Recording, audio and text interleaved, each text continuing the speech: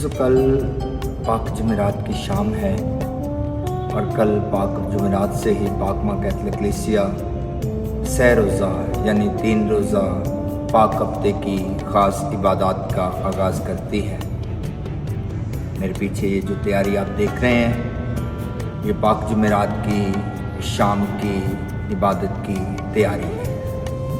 जब खुदाम यसु मसीह एक गतसमनी बाग में गए और वहाँ पर दुआ की, खुदाम यसु मसीह ने अपने शागिर्दों से भी कहा, जागो और दुआ करो।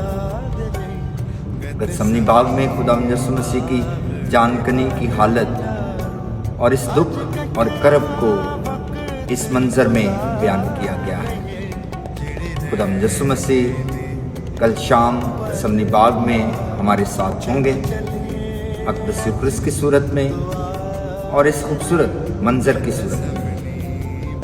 तो मैं आप सबको दावत देता हूँ, जितने भी मोमिनीन इस वीडियो को देखेंगे, आप सबको गतसमनी बाग में खुदाम यसु मसीह के साथ दुआ करने और जागने की दावत है।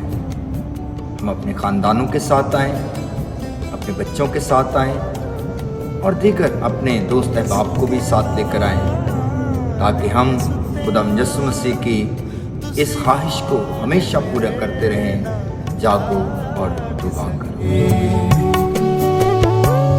यसु कहंदा आण के सुत्तिआं नूं तुसीं नाल मेरे ना जाग सके, तुसीं पल दो पल ते जागना सी, सोना नाल आराम दे कल यार